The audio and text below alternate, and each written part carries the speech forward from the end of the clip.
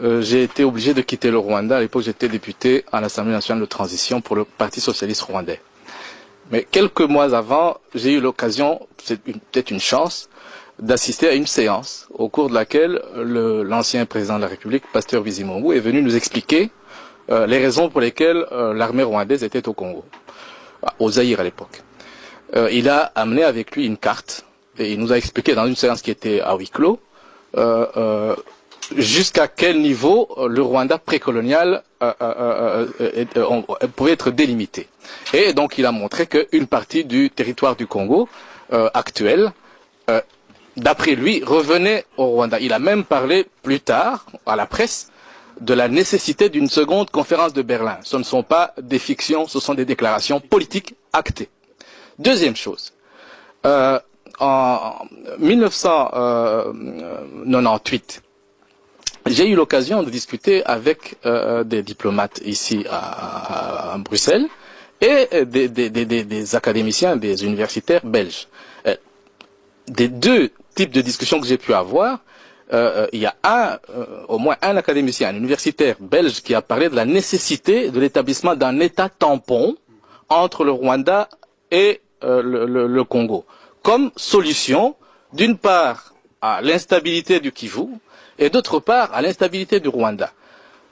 L'État tampon devra servir à absorber le trop-plein de populations rwandaises qui ne peuvent pas trouver de la place au Rwanda. C'est un projet qui existait depuis avant la colonisation. C'est pas une fiction. Il y a eu un mouvement, un organisme précolonial qui a été, je veux dire, colonial, qui a été mis en place par la tutelle belge pour transférer de façon organisée des populations du Rwanda vers le Congo. Donc c'est une chose qui est là, qui existe.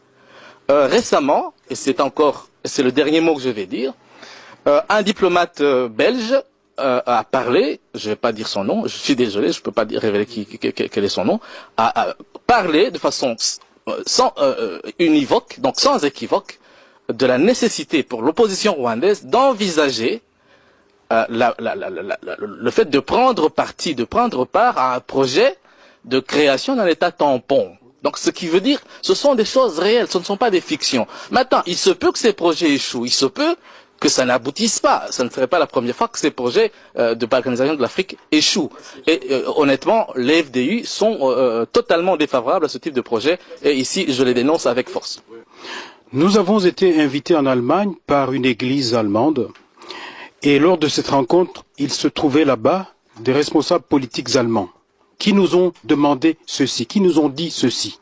J'ai écrit ceci, ce que je vous dis, je l'ai même déjà écrit dans un livre, c'est vous dire que j'assume parfaitement ça. Ils nous ont dit que si nous, société civile du Sud Kivu, étions prêts à aller jouer auprès de notre population ce rôle-ci, d'expliquer que si nous acceptons que le Kivu soit rattaché au Rwanda, l'Allemagne et l'Europe sont prêts à faire un plan Marshall pour le Kivu.